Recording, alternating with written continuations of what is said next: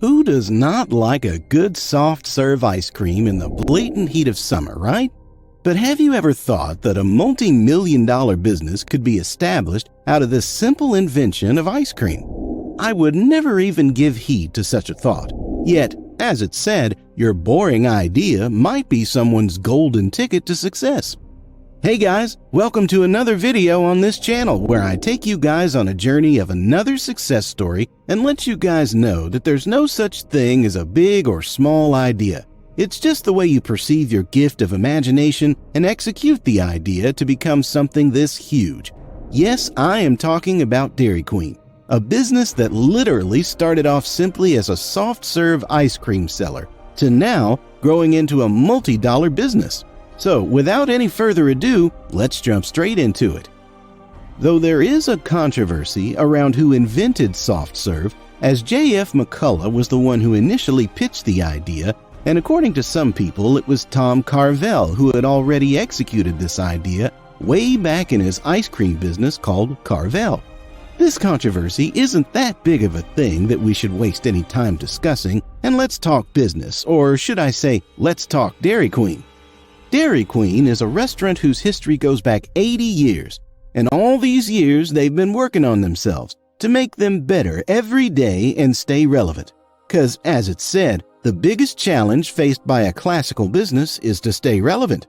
And fortunately, they are relevant to date. Not only relevant, in fact, one of the most successful businesses of all time in the U.S. started back in the 1940s as a small ice cream business at a corner around the Illinois border area. Though the start of the business wasn't as simple as it sounds right now. So it all happened with an unfortunate flat tire, or should we now say a blessing in disguise. What happened was Tom Carvel used to sell ice cream in his ice cream cart that he used to roam around in some area of New York. One day his tire got flat, and he had to park his moving cart around the road and had to sell all the ice cream while standing there so the ice cream wouldn't get all melted. Although he tried his best, the ice cream wasn't as hard as it should be, and the people he sold it to liked it. This is where the product of Dairy Queen was born. Carvel also grabbed another opportunity, which was now, instead of going round and round the streets, he opened a shop around the same spot his tire got flat. Enough of the background, now back to Dairy Queen. Although Carvel understood the market for soft-serve ice cream and McCullough already had the idea in mind, it wasn't proven in the market on a large scale. You must be wondering if something's missing. I know, I haven't mentioned how McCullough and Carvel met. Well, to be honest, no one knows, and I think it doesn't even matter. So now McCullough wanted to check the demand for soft serves before he could go all in with the business. So he asked one of his friends who ran an ice cream spot to sell soft serve using ice cream frozen in the freezer. And guess what? It sold like crazy. On their first day, they sold 1,600 cones. One thing was certain by then, there's a huge market for these. Now, it was time to transform the dream into reality.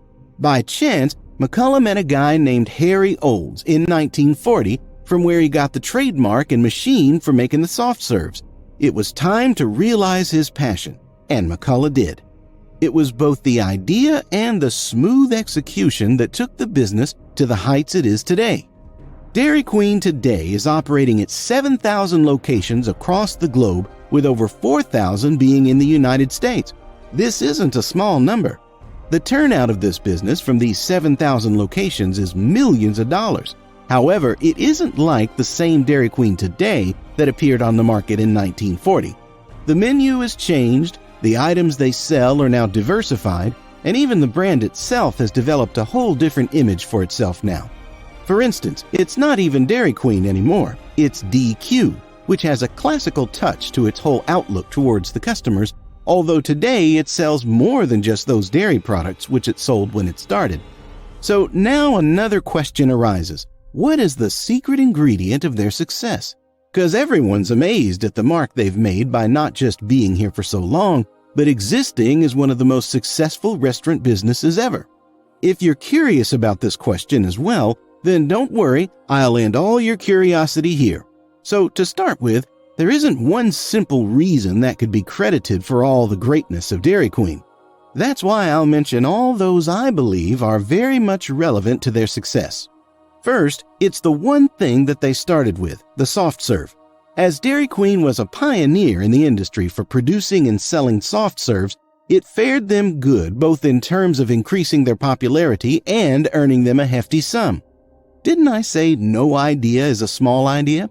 Next time someone discourages you by saying that your idea is very insignificant, quote this story. Okay, to the next one. The next one is for sure one of the biggest reasons the Dairy Queen has kept itself relevant throughout all these years is expanding its menu items. From just selling ice cream to bringing new items like burgers, paninis, and what now? Dairy remained just in their name, and the restaurant had already changed its outlook. So, to go with the flow of their menu items, they changed the restaurant name from Dairy Queen to just DQ.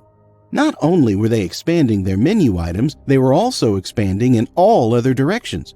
For example, the acquisition of Orange Julius, which was a juice and smoothie corner.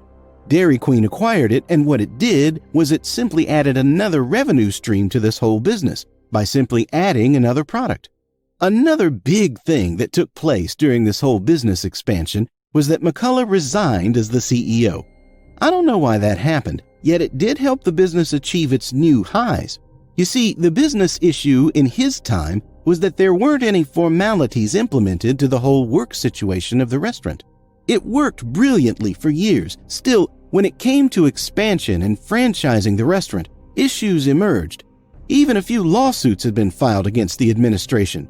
The main reason behind this was informal agreements between McCullough and the investors. All the fuss around it ended with the CEO-ship of McCullough.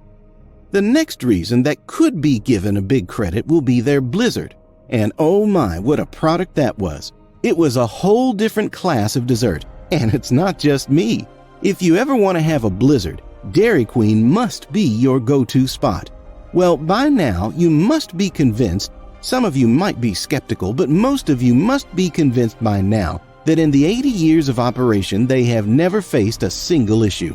Let me get your story straight. They did face a lot of issues, and one was a big financial one. Once it was reported that the stock price of Dairy Queen got so low that the management itself had to repurchase its stocks to keep themselves afloat. I believe I've discussed essentially all the elements that played into the favor of Dairy Queen's success and make it become the big restaurant chain it's turned into. There is one last thing that I think had some major impact. The fact that I didn't mention it as the biggest impactor is because it isn't. So what is the factor? Have you ever heard of Warren Buffett? I don't think anyone here hasn't heard his name before. So this guy bought the restaurant chain. Besides the association of his name with the restaurant's image, I don't think it did much good to it, although simply associating a name of a celebrity that big isn't something negligible. And that's what Dairy Queen also got from him as well. Everything has since played into the hands of this business and turned it into one of the biggest restaurant chains in the world. Don't know about you guys, but I want a soft serve right now. So let's get to it. And that's a wrap. I hope you guys enjoyed the video. If you did, please give this video a thumbs up. And if you haven't done so already, subscribe to the channel and hit the bell icon for future notifications.